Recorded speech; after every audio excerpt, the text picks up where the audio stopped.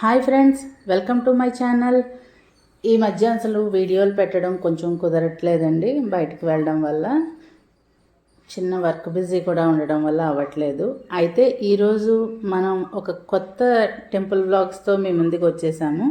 ఇది యూట్యూబ్ చరిత్రలోనే మొట్టమొదటిసారిగా ఇంతకు ముందు ఎవరు కూడా ఇంత డీటెయిల్డ్గా అయితే ఈ టెంపుల్ని చూపించలేదు. ఈ టెంపుల్ చాలా బాగుంటుంది. దీని చుట్టుపక్కల పరిసరాలు కూడా మీరైతే ఒకసారి చూడొచ్చు. చాలా అద్భుతంగా ఉంటాయి.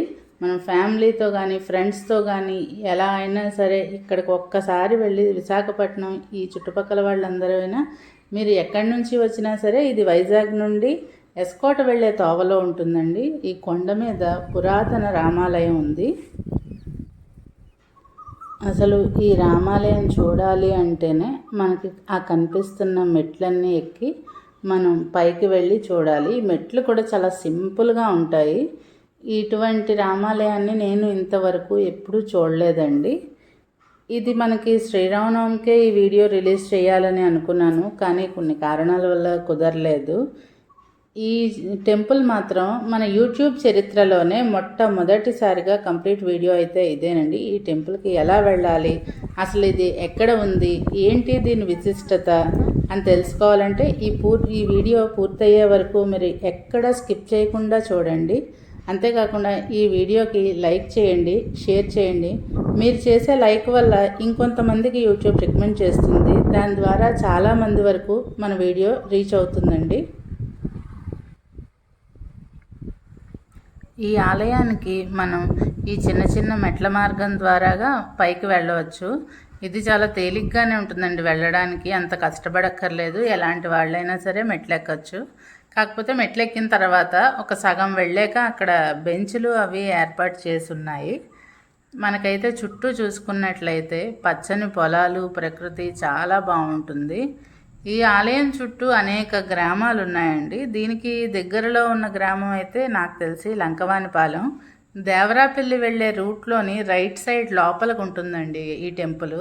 ఇక్కడ చూసారుగా మనం కూర్చోవడానికి మార్గ మధ్యంలోని బెంచులు వేశారు. హ్యాపీగా సేద తీరి పైకి వెళ్ళచ్చు. మొత్తం 262 మెట్లు ఉన్నాయి.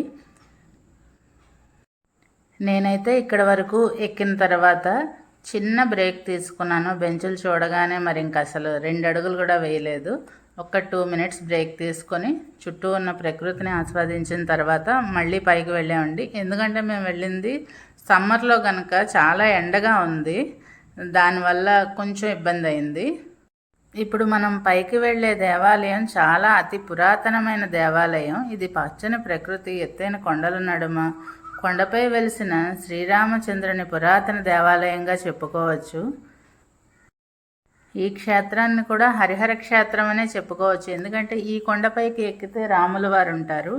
అటు ఇంకొంచెం ముందుకు ఒక 2 అడుగులు ముందుకు వెళ్తే ఇంత కొండ ఉండదు, కానీ కొంచెం చిన్న కొండ గుహలా ఉంటుంది. అందులో పురాతన శివాలయం ఉంటుందండి. చాలా బాగుంటుంది ఇది.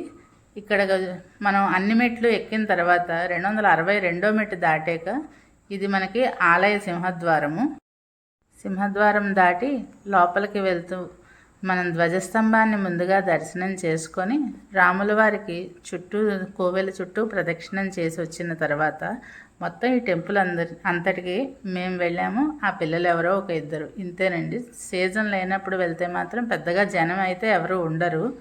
ఈ పైకి ఎక్కితే విపరీతమైన గాలి ఉంటుందండి. ఇదే ఆ దేవాలయం మనకి. ఇంకా శ్రీరామనవమి వస్తుంది కనుక మేము అసలు రామనవమికి రిలీజ్ చేద్దామని వెళ్ళాము ఈ వీడియో కోసం. రామనవమి వస్తుంది కనుక పెయింట్లు అవి వేసి ఉన్నారు. అయితే లోపల చాలా చీకటిగా ఉండడం వల్ల రాముల వారి విగ్రహాలు అంత బాగా కనబడలేదు. నేను మీకు దీనిది ఫోటో పెడతాను, చూడండి.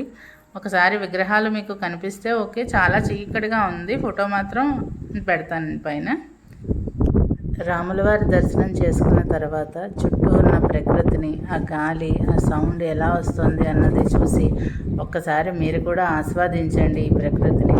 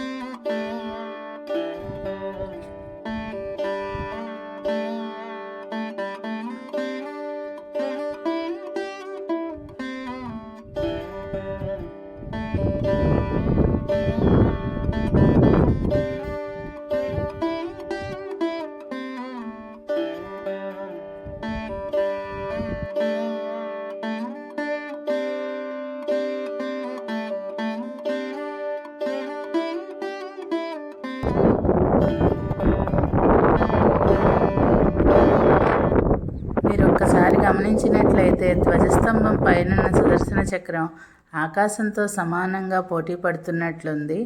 ఆకాశం చక్రం దగ్గరగా ఉన్నట్లున్నాయి చూడండి. ఎంత ఎర్రటి ఎండ అంటే అప్పటికప్పుడుగా మబ్బు పట్టింది. ఇదైతే చూడడానికి చాలా అంటే చాలా బాగుంది.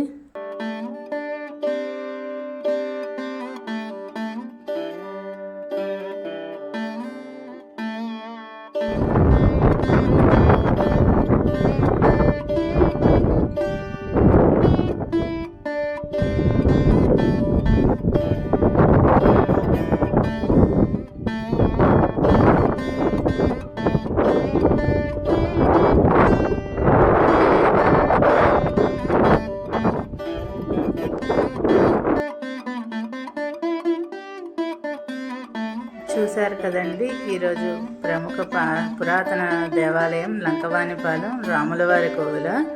దీనికి వెళ్ళడానికి విశాఖపట్నం నుంచి అయితే ఎస్కోట వెళ్ళే మార్గ మధ్యంలో ఉందండి, దేవరాపల్లి వెళ్ళే రోడ్డు. అదే ఇంకా ఏ ఊరు నుండి అయినా సరే ఇది వైజాగ్కే చాలా దగ్గర, ఒక 40 నుండి 45 కిలోమీటర్ల వరకు వస్తుంది. ఈ చుట్టుపక్కల వాళ్ళకైతే బాగా తెలుస్తుంది.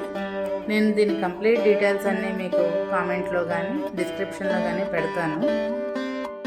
మన వీడియోని చూస్తున్న వాళ్ళలో ఈ దేవాలయం ఎంతమందికి తెలుసు, మీరు ఎప్పుడైనా ఈ దేవాలయాన్ని దర్శించారా అనేది నాకు కామెంట్ సెక్షన్లో తెలియజేయండి.